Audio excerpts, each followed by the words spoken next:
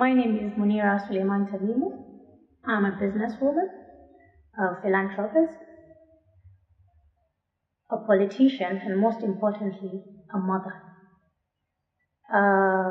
Greenheart Impact Foundation, like you said, is a non-governmental, non-profit organization that caters for the less privileged across the rural and urban parts of Nigeria. Well, I'm a Muslim and I came from the northern part of Nigeria. So I grew up, in a large family where I see, a lot of, people, struggling to survive and so on. So being around those people, I found out that, they needed that help and that support. And I thought to myself, why don't I just, start up an NGO and bring in different people with different minds, to drive it forward. And it started like a joke. I had my closest friends then, and most of them come from different parts of Nigeria. And we registered the NGO, and then we're doing really well now. Almost 5 years now. Okay, so within the 5 years, how many projects have you embarked on? Can you tell us a little bit about maybe one of those? Okay.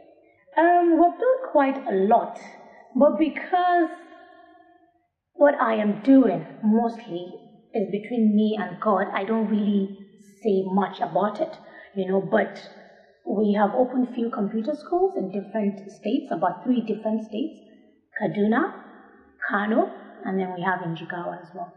And over 800 students have graduated from that school. We go to different hospitals and all these poor communities. We pay for their hospital bills. We donate health relief materials.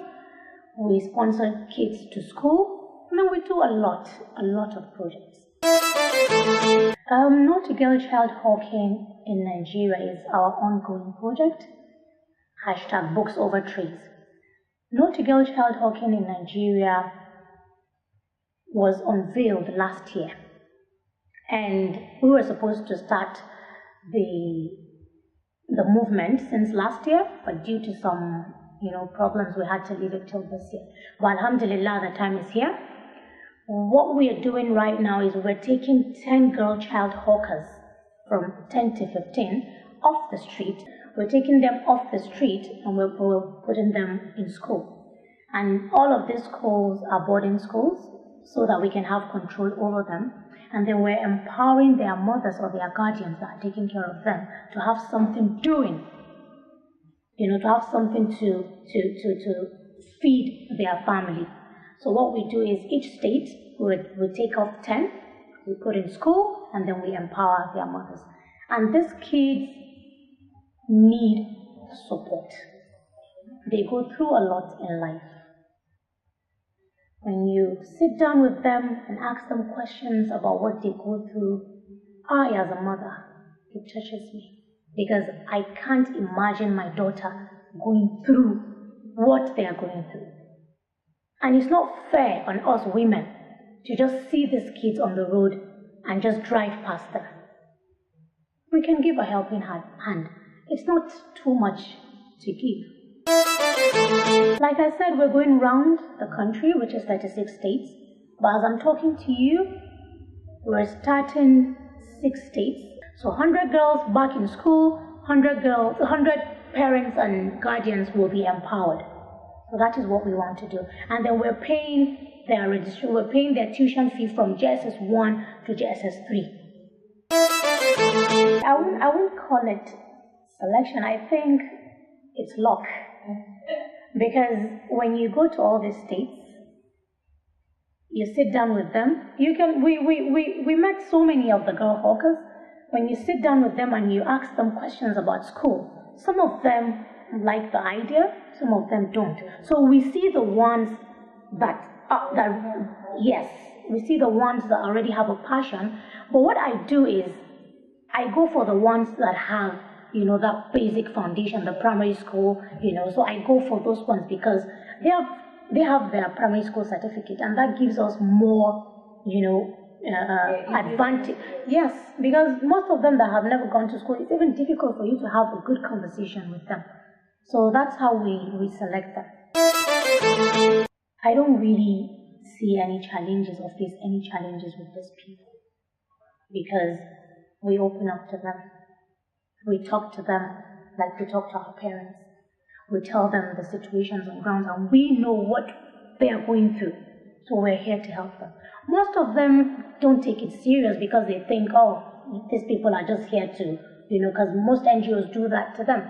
But when we go back the second time and we sit down with them, hey, we're really here to help you. And this is what we want to do. We also need, your support. Most of them want to hear the aspect of money. What do you have for us? But I don't encourage that. So I don't really, answer that question. What I do is I see the ones that really need help. Not all of them are giving us that, encouragement or anything. Not all of them, but well, like I said, it's luck, honestly. Yes. I am the founder and president of Greenheart Foundation. I have a vice president. There's a financial secretary. There's a project manager. I have a team. So we work together. Everybody has his own, position and what to do.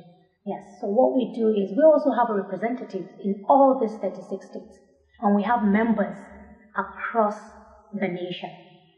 So what we do is I only make phone calls with these representatives to tell them this is what I want, this is how I want it. And then when the job is done, like when they get me all these things, I go there myself to see if that's really what I want, and then from there, we kick off. Good question. And this question I get every day. Well, Alhamdulillah, I have never gotten any fund from the government. From any international bodies, nobody has donated anything ever to my NGO. We do this between us, the team members, the members, and family and friends, people who believe in me. Like I told you, my NGO is not out there because I'm doing this for the sake of God. But bringing in a team to form that people are saying, you have to let people know what you're doing so that other NGOs can also come on board. Like this No to Girl Child Hawking in Nigeria, Books Over Trees. I want other NGOs to come on board so that even if we can't tackle that problem, we can reduce it. You understand? We can cut it down, even if we can't do everything. Yeah, so mostly 10% of my profit from all my businesses goes to my NGO. That's how I do it. I'm willing to work with the government. I'm willing to work with NGOs. I'm willing to work with anybody that has the interest in bringing change to our great nation, because that is the most important thing. That is the most important thing. Individuals are already, people are calling. People are calling because people want to really donate and support, but I want to be sure of what I am really doing before people can come on board. And I want to set a good example of taking those 100 girls off the street and empowering 100 parents before I can start getting any donation from anybody. So once I do that, I'll feel better because I did that through my family, through my friends, and through my business. I see it above 10 years. I see it. I want it to be a legacy. I want my grandchildren to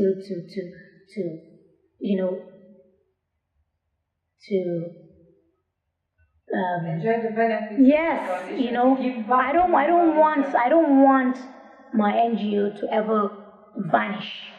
I want them to give back. I want them to see what I am doing now.